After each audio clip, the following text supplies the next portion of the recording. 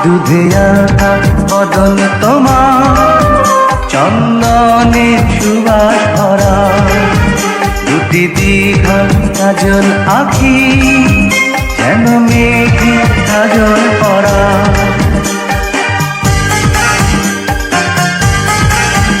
দুধে আলতা বদন তোমার, চন্দনের সুবাস ভরা।